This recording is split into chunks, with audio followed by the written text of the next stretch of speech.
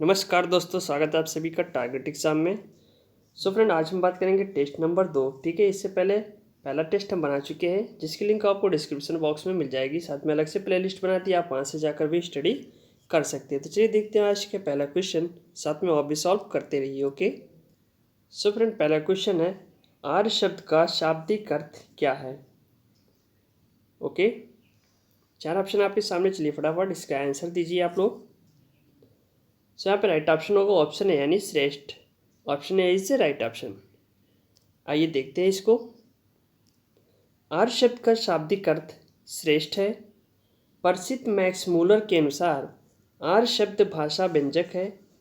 प्राय श्रेष्ठ जन हेतु आर्य का प्रयोग किया जाता है।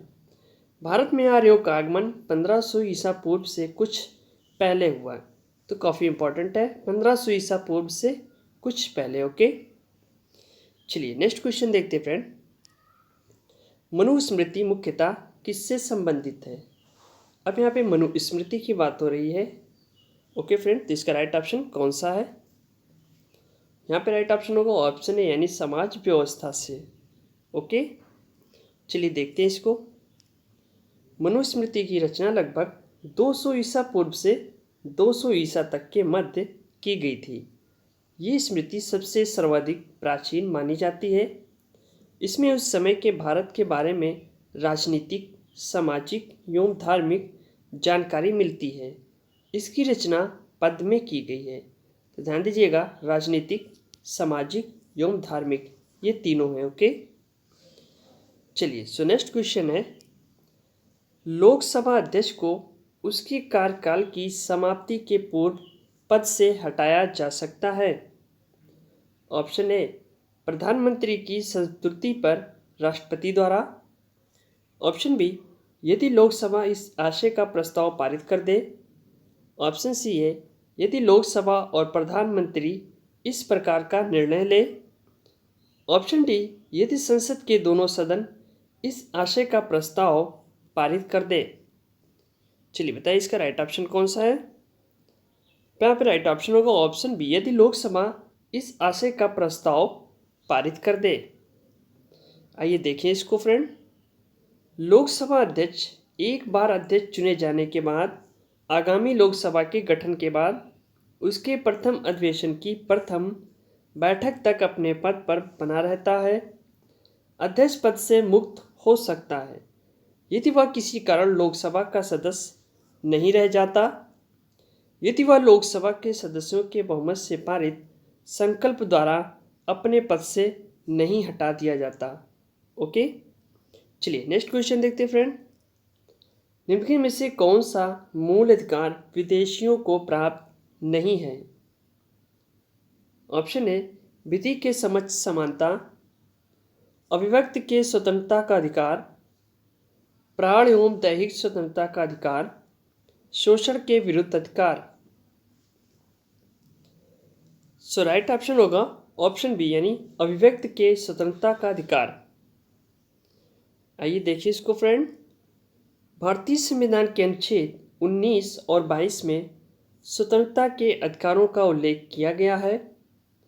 अनुच्छेद 19(1) का द्वारा भारत के सभी नागरिकों को विचार व्यक्त करने की स्वतंत्रता दी गई है। क्लियर फ्रेंड, चलिए नेक्स्ट क्वेश्चन देखते फ्रेंड।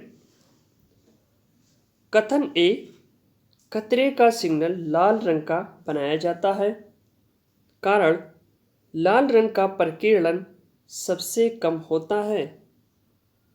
चलिए बताइए 4 ऑप्शन में कौन सा सही है। यहाँ पे राइट ऑप्शन होगा ऑप्शन ए यानी ए आर दोनों सही है, आर ए की सही व्याख्या करता है। आइए समझते हैं इसको।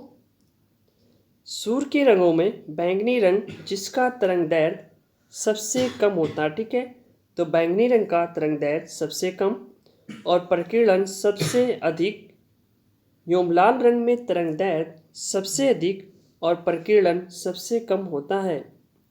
यही कारण है खतरे का सिग्नल लाल रंग का बनाया जाता है। ओके, चलिए नेक्स्ट क्वेश्चन देखते हैं। बौद्ध दर्शन के अनुसार विचार कीजिए। कथन पुनर्जन्म नहीं होता, कारण आत्मा की सत्ता नहीं है।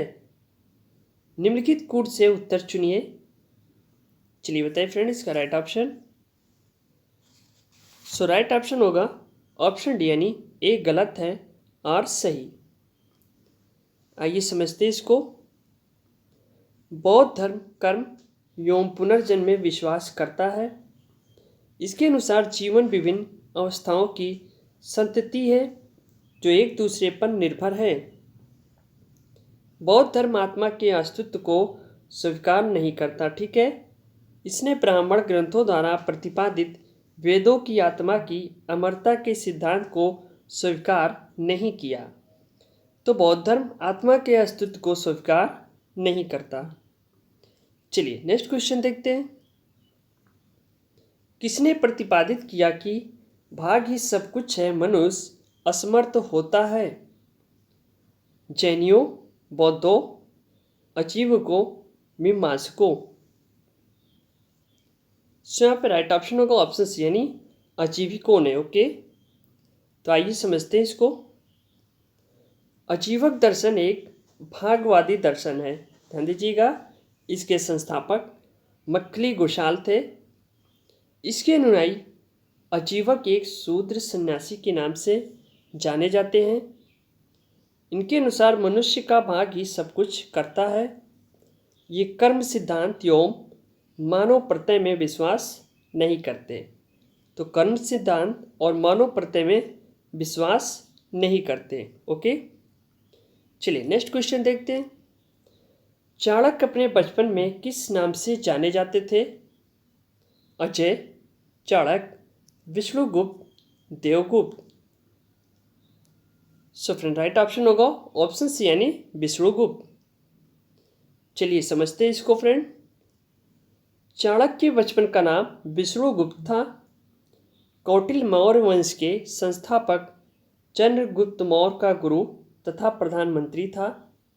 अंतिम नंद शासक धनानंद ने उसका अपमान किया था, अतः कौटिल्य ने नंद वंश के विनाश की और मौर्य वंश की स्थापना की।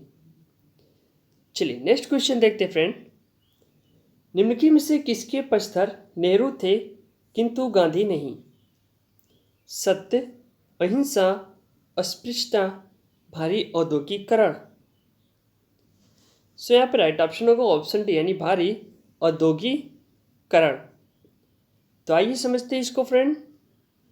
सत्य, अहिंसा एवं अस्पृश्यता जैसे गांधी जी के सिद्धांतों के पक्षधर जवाहरलाल नेहरू थे, लेकिन भारी औद्योगिकरण के पक्षधर गांधी जी नहीं थे। ओके, आर्थिक सिद्धांत में दोनों में गहरे मतभेद थे। भारत के आर्थिक विकास के लिए गांधी जी ने लघु तथा कुटीर उद्योग के विकास पर बल दिया, वहीं नेहरू जी ने भारी औद्योगिकरण के पक्षधर थे। Okay friend, clear question. चलिए नेक्स्ट क्वेश्चन देखते हैं। भारत का निम्नलिखित में से कौन सा क्षेत्र उच्च तीव्रता की भूकंपीय मेखला में नहीं आता? तो यहाँ पे राइट ऑप्शन होगा ऑप्शन बी यानी कर्नाटक का पठार। ओके, आइए देखते हैं इसको फ्रेंड। भारत में 5 भूकंपीय क्षेत्रों में बांटा गया है, ठीक है। इसके प्रमुख क्षेत्र प्रायद्वीपीय भारत के अधिकांश भाग, लक्षद्वीप आदि क्षेत्र आते हैं। इसमें कर्नाटक पठार प्रायद्वीपीय पठार के अंतर्गत आता है। Okay friend. नंबर 2, ये कम क्षति वाले भूकंपीय क्षेत्र हैं। इस जोन में रिएक्टर स्केल पर 6 तीव्रता वाले भूकंप आता है। सो नेक्स्ट क्वेश्चन देखते हैं फ्रेंड। पेड़ की आयु का पता लगाया जा सकता है पेड़ की पत्तियों की गणना करके, उसके दर पर वलयों की संख्या की गणना करके, पेड़ की शाखाओं की गणना करके, इसकी ऊंचाई का माप करके। ओके फ्रेंड, चलिए यहाँ पे राइट ऑप्शन होगा ऑप्शन बी यानी उसके दर पर वलयों की संख्या की गणना करके। आइए समझते हैं इसको। पेड़ की आयु का पता उसके धड़ पर वलयों की संख्या के आधार पर किया जाता है। प्रत्येक वर्ष मौसम में होने वाले परिवर्तन से वृक्षों के तनों में परिवर्तन होता है, जिसमें तनों पर एक तह बन जाती है जो वलयों का रूप धारण कर लेती है। इन्हीं वलयों को गिनकर वृक्ष की आयु का पता लगाया जाता है फ्रेंड। चलिए नेक्स्ट क्वेश्चन है, फसल लॉगिंग विधि है। ऑप्शन ए भूमि उर्वरता मूल्यांकन की। ऑप्शन बी फसलोत्पादन के लिए पोषक तत्व की आवश्यकता जानने के लिए पौध विश्लेषण। ऑप्शन सी फसलों के नुकसान को जानने की। ऑप्शन डी उर्वरकों की उपयोगिता परीक्षण की। चलिए बताइए फ्रेंड इसका राइट ऑप्शन। राइट ऑप्शन है ऑप्शन बी फसलोत्पादन के लिए पोषक तत्व की आवश्यकता जानने के लिए पौध विश्लेषण। तो आइए समझते इसको फ्रेंड। फसल लॉगिंग विधि के द्वारा फसलों में विभिन्न पोषक तत्वों की मात्रा का विश्लेषण किया जाता है। इस विधि में 3 महीने के बाद प्रत्येक 5 सप्ताह के अंतराल में नमूने इकट्ठे किए जाते हैं। इन नमूनों की जांच के आधार पर उन्हें पोषक तत्व की मात्रा ज्ञात की जाती है। क्लीमेंट ने 1960 में फसल लॉगिंग के द्वारा फसलों में आवश्यक पोषक तत्वों का विश्लेषण किया। तो क्लीमेंट ने 1960 में फसल लॉगिंग के द्वारा फसलों में आवश्यक पोषक तत्वों का विश्लेषण किया। Clear friend. चलिए नेक्स्ट क्वेश्चन है, सूची 1 और सूची 2 के साथ सुमेलित कीजिए। सूचियों के नीचे दिए गए कोड की सहायता से सही उत्तर चुनिए। सूची 1 लच्छू महाराज ध्रुपद, फयाज खान गज़ल, सिद्धेश्वरी देवी कथक, तलत महमूद ठुमरी। चलिए बताइए फ्रेंड इसमें से राइट ऑप्शन कौन सा है। सो यहाँ पे राइट ऑप्शन होगा ऑप्शन बी। तो आइए समझते इसको फ्रेंड। लच्छू महाराज कथक नृत्य से संबंधित हैं। डागर बंधुओं में से एक नासिर फयाजुद्दीन का संबंध ध्रुपद गायन से है।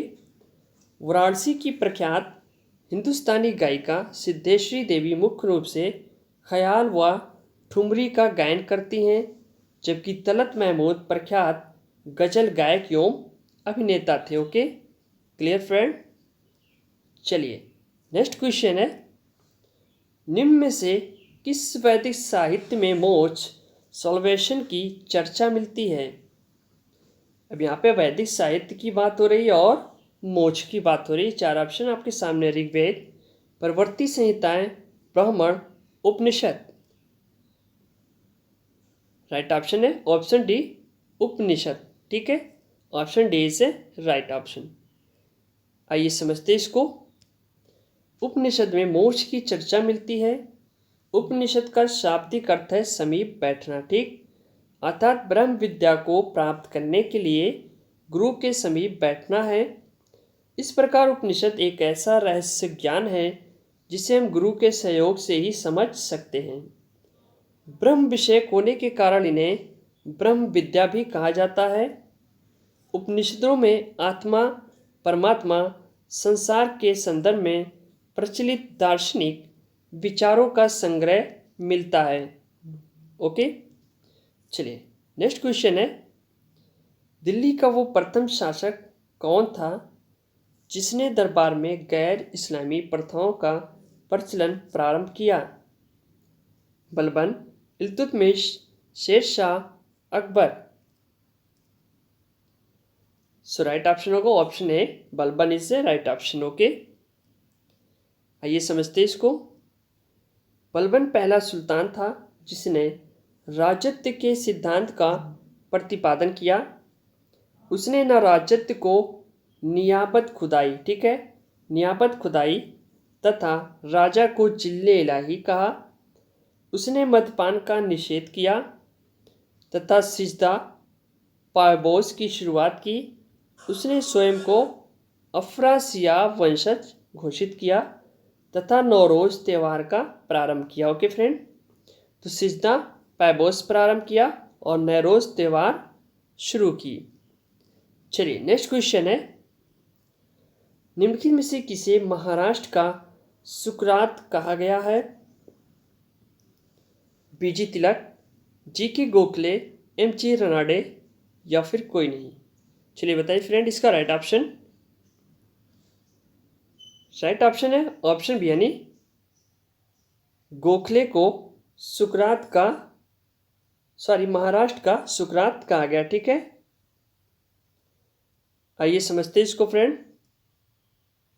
एम.जी. रनाडे को महाराष्ट्र का सुकरात कहा गया। उन्होंने 1870 ईस्वी में पूना में सार्वजनिक सभा की स्थापना की। ओके, सो यहाँ पे राइट ऑप्शन होगा ऑप्शन सी, यानी एम.जी. रनाडे। महाराष्ट्र का सुकरात MG. Ranade. Okay, option B नहीं होगा। चलिए, सो नेक्स्ट क्वेश्चन है, नीचे पत्रिकाओं की सूची दी गई है, उनमें से किसका संबंध एनी बेसेंट से था? New India, Young India, Indian people, Commonwealth. So यहाँ पे राइट ऑप्शन होगा ऑप्शन सी, यानी पहला और चौथा। आइए समझते इसको फ्रेंड। भारत में आने के बाद एनी बेसेंट ने साप्ताहिक पत्र कॉमनवेल्थ का 2 जनवरी 1914 से एवं दैनिक पत्र न्यू इंडिया का 14 जुलाई 1914 से प्रकाशन प्रारंभ किया। इन पत्रों के द्वारा एनी बेसेंट ने भारतीयों में स्वतंत्रता एवं राजनीतिक भावना को जागृत किया। Okay friend, clear question? So friend, ये क्वेश्चन फिर से रिपीट कर दे रहे हैं। निम्नलिखित में से किसे महाराष्ट्र का सुकरात कहा गया? ठीक है, तो यहाँ पे एम.जी. रनाडे को कहा गया था। ओके, आइए इसको समझते हैं। एम.जी. रनाडे को महाराष्ट्र का सुकरात कहा गया है। उन्होंने 1870 में पूना में सार्वजनिक सभा की स्थापना की। ठीक है, कब की थी?